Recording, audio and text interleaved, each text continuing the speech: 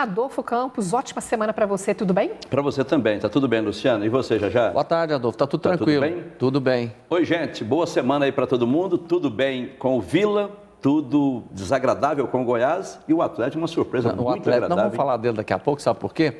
Porque eu falei uma frase na sexta-feira imaginando assim, como é que os jogadores do Atlético estariam imaginando o Corinthians? É verdade. Queimaram a minha língua. É verdade. Bom isso, né? É. Muito bom. Bom que o Atlético tenha ganhado o jogo, agora a dificuldade continua, né? Sem dúvida alguma, continua lá na lanterna. E você falou que as coisas não estão boas para o Goiás, também não é para menos, né? Foi um final de semana aí de vandalismo, de quebradeira lá no CT do Goiás, teve jogador machucado, vamos conferir. As cenas são de selvageria. Comportamento de marginais que nem de longe lembram torcedores.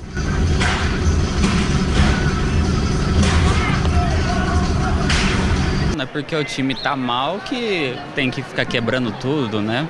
Tem que apoiar o time para o time superar essa parte aí. Na tarde de sábado, cerca de 50 vândalos invadiram o centro de treinamento do Goiás, que fica no Parque Anhanguera, e promoveram um quebra-quebra. Em coro, entoavam frases de ordem e xingamentos. Muitos vestiam camisas de torcida organizada. Os vândalos invadiram pelo portão dos fundos, quebraram a academia, o departamento médico, a cozinha, a lojinha do time e o carro de um jogador. O zagueiro Bruno Aguiar, que estava no clube em tratamento médico, foi covardemente agredido pelo grupo. Bruno Aguiar registrou ocorrência na polícia. Olha, eu acho que isso aí não é torcedor, sabe? São os baderneiros, que o torcedor mesmo, ele vai para torcer pro time dele. O Goiás vive uma fase ruim dentro e fora de campo. No desembarque no aeroporto após a última derrota no Campeonato Brasileiro para o Brasil de Pelotas, a equipe foi hostilizada por torcedores.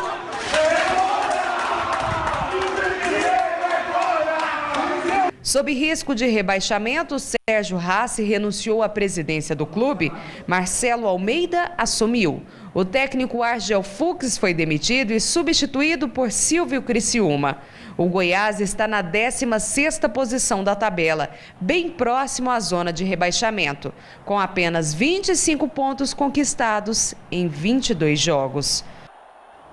Tá certo, agora, está repercutindo muito, mas antes de você comentar sobre isso aqui, nós temos mais uma matéria, porque depois da agressão ao zagueiro Bruno Aguiar e do quebra-quebra lá no centro de treinamento, o presidente do Goiás decidiu reforçar a segurança dos atletas e em todas as unidades do clube. Silvio Criciúma reassume o comando no meio de uma crise do time que está a um ponto da zona de rebaixamento. As imagens divulgadas pelo clube mostram o resultado da quebradeira promovida por alguns torcedores que invadiram o centro de treinamento do Goiás e depredaram o local. Os vândalos invadiram a casa do atleta, a academia das categorias de base, uma lanchonete, os vestiários dos atletas profissionais, a academia da equipe profissional, além dos departamentos médicos e de fisiologia do CT do Parque Anhanguera. O novo presidente do Goiás condenou o episódio. A gente foi informado que foi formado um grupo previamente à invasão, onde nesse grupo existia a combinação para tal tipo de atitude. Então a gente entende que foi uma atitude mais ou menos premeditada. Essas pessoas que vandalizaram o clube e danificaram o patrimônio do Goiás Esporte Clube, o Goiás não reconhece essas pessoas como torcedores. O zagueiro Bruno Aguiar levou 11 pontos nos lábios. Ele tentou se esconder em um banheiro, mas acabou sendo agredido pelos marginais. Esse não é o primeiro episódio de agressão contra atletas do Goiás. A má fase do time na Série B do Campeonato Brasileiro tem despertado a ira de alguns torcedores. O Goiás registrou ocorrência na Polícia Civil e vai cobrar que as investigações identifiquem os torcedores que provocaram toda essa quebradeira.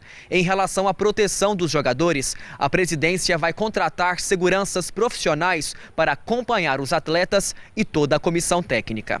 Marcelo Almeida enfrenta essa crise em menos de 24 horas após assumir a presidência do Goiás. Ele reconhece que o time esmeraldino está passando por dificuldades e que o plano emergencial é salvar a equipe do rebaixamento para a Série C. A invasão ao centro de treinamento do Goiás e a intimidação aos jogadores acontece em meio à punição que impede a entrada de torcedores nos jogos do Goiás, justamente por causa da selvageria provocada pelas torcidas do Goiás e do Vila Nova no semestre passado. Marcelo pediu paciência aos amantes do Alviverde e explicou o motivo de retornar com Silvio Criciúma como técnico da equipe esmeraldina. Em cima do meu plano emergencial, que é me distanciar o mais rápido possível da parte de baixo da tabela, ele é o técnico que melhores números nos ofereceu. O Silvio Criciúma tem percentuais de vitórias e empates muito melhores que os outros que passaram por aqui. Vamos ainda falar do Silvio Criciúma, mas vamos voltar lá na violência, na quebradeira. Dá para viver nesse clima, além de toda a situação ruim do Goiás, o risco de cair para a Série C, esse medo, porque agora até mesmo os jogadores, claro, né? Claro. Olha, aí é que entra a polícia, aí é que entra a justiça. Para mim, eu não acho, desculpa eu falar, é uma coisa nojenta. Ninguém tem direito de fazer isso com o Goiás. Entrar na sede do Goiás, na concentração à casa do atleta, rapazes que moram lá sonhando em jogar futebol, destruíram também. O CT do Goiás, que eu costumo falar já, que o CT do Goiás é melhor do que do Aston Villa, lá na Inglaterra, e da Universidade Católica do Chile, lá em Santiago. O que tem a ver se não fosse bom? Não, é que é muito bom, bonito, custou muito, e aí vão lá fazer isso? Ridículo. Prejuízo estimado em R$1 milhão. $1 milhão? R$1 milhão. A gente não pode permitir esse tipo de coisa não, gente, isso é bandido. Bandido tem que ser tratado na forma da lei. Um inquérito policial, depois um processo e, se for condenado, cadeia. Porque a gente está cansado de ver esse tipo de coisa lá em São Paulo, de torcedor quebrando sede de clube, fechando o jogador com o carro. Nesse caso aí, destruíram um carro de um jogador, destruíram a sede do Goiás. Lesão corporal em cima de um atleta. A gente não pode permitir isso nunca. Que a polícia entra. Exatamente. Que direito essas pessoas têm? Imagina se ameaça a sua casa, a casa de alguém, a minha casa. Pelo amor de Deus. Adolfo, isso gera uma instabilidade muito grande, não só no clube, entre os jogadores, entre os torcedores, que também morrem de medo de irem ao estádio, porque a gente sempre debateu aqui, vão colocar a segurança no CT para os jogadores, mas e o torcedor? O clube nunca levantou a voz para falar, vamos mandar segurança durante as partidas. A gente vê muita pancadaria também. Não é justo o que estão fazendo com o torcedor de verdade, né? O torcedor não merece o time ruim que o Goiás tem. Agora, esses vândalos aí, olha que pouca vergonha, falta de serviço, invadindo a sede, fazendo isso, é ridículo. Cada coisa no seu lugar, não é? Sim. Torcedor do Goiás, pelo menos dessa vez não disseram, é alguém do Vila infiltrado, não. É torcedor do Goiás, né? Que foi no Goiás. Agora, rapidinho. Não é torcedor, né, bandido? Sim. Rapidinho, a volta do Criciúma, ele é um quase que tampão, vai e volta, é a terceira vez? E para mim é mais um erro. Assumiu uma vez, assumiu a segunda, assume a terceira. Se tivesse dado certo, não teria saído. Vamos falar de coisa boa? Bora! O Vila Nova tá dando um show, hein? Deu nesse final de semana, venceu o ABC no Serra Dourada e está na terceira colocação. Se mantém. Fazia 45 dias que a torcida vilanovense não via o time jogar ao vivo. O reencontro foi em grande estilo. Mais de 18 mil torcedores foram empurrar o time contra o ABC.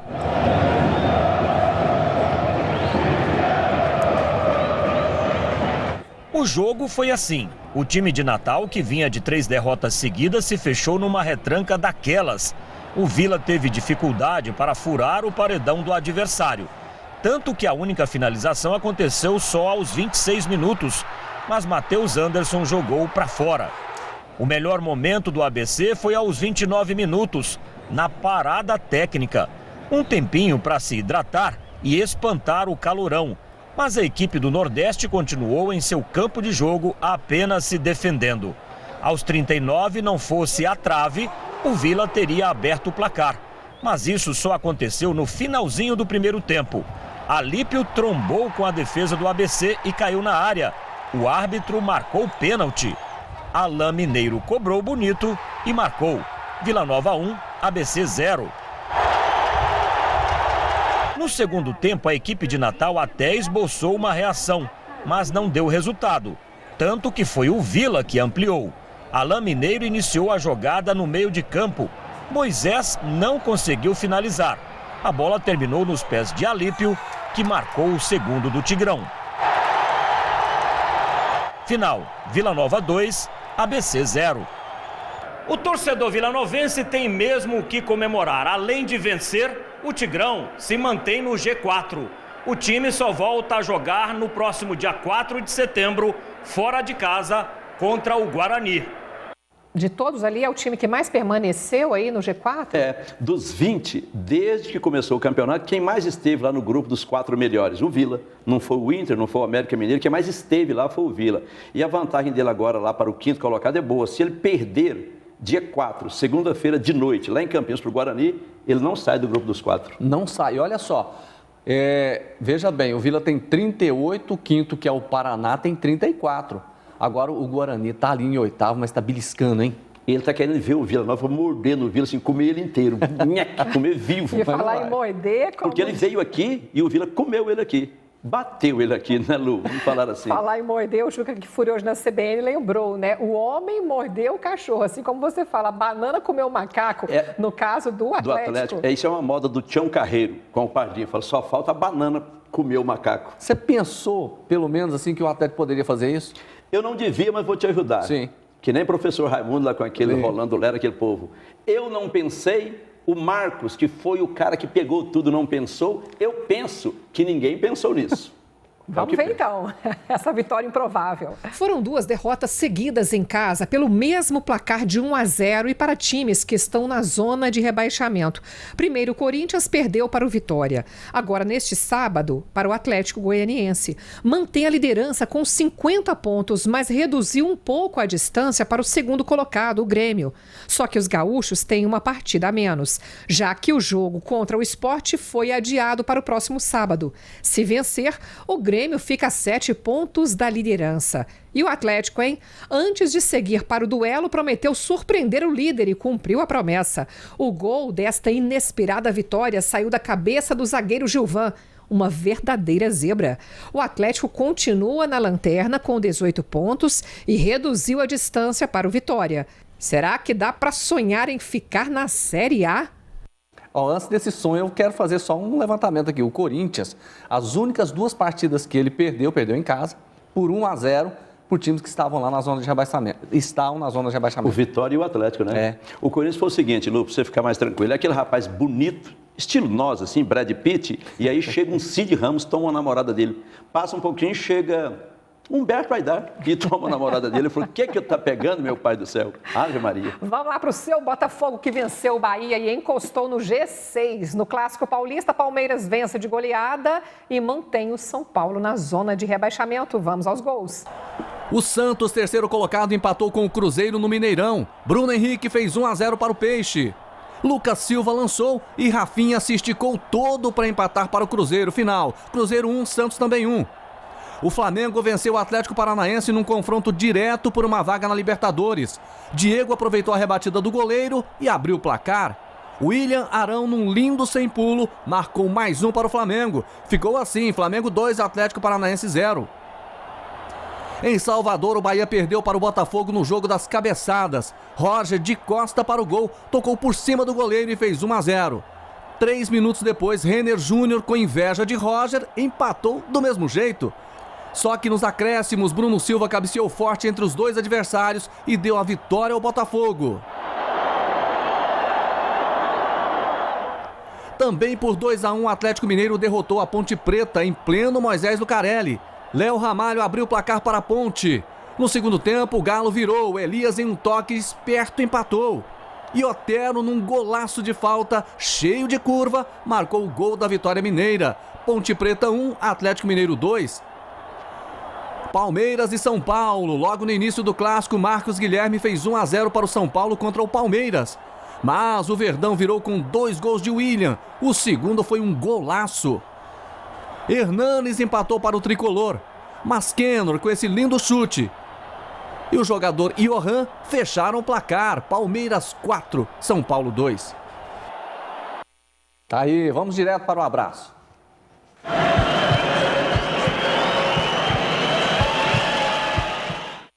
Um abraço para o senhor Cirilo Marcos Alves, que fez aniversário ontem. Nossos parabéns. Felicidades para ele, viu? Nosso diretor-presidente. Seu Cirilo aqui? É. Melhor, por exemplo, ele é o Corinthians batendo em todo mundo, só que dessa vez levou uma esfreguinha, né? É bom para ficar ligado. Mas é líder. Líder. O Ferreirinha É lá do Colina Azul em Aparecida, é companheiro nosso. Ferreirinha, feliz pelo Botafogo, né? O Wesley Bahia também é Botafogo, um abração. Já, ontem eu fui lá na rodoviária de Goiânia buscar a Paula. A Paula lá de cá estava para a Alemanha, chique igual vocês. Só que de Brasília para cá ela veio de busão. Aí, quer medir a audiência desse programa? Sai aí no mundo. Aí cheguei ontem lá, o Domingos da rodoviária estava ligado, está ligado sempre. O Gésio Emídio, irmão do Vicente Emídio, ligado sempre.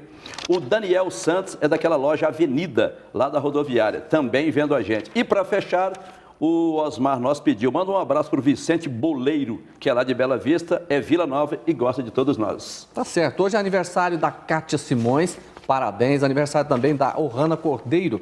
Eu tenho uma lista também aqui lá do Instituto de Neurologia, o Luiz Antônio, a Leila, Maria Vanete, Leandra, Darlan, Raquel Evangelista, a dos Reis, né, que é a tia lá da Copa, um abraço para ela, e a Osana, que é enfermeira lá do Neurológico. Grande Osana, um abraço e um beijo para todo mundo aí do Neurológico.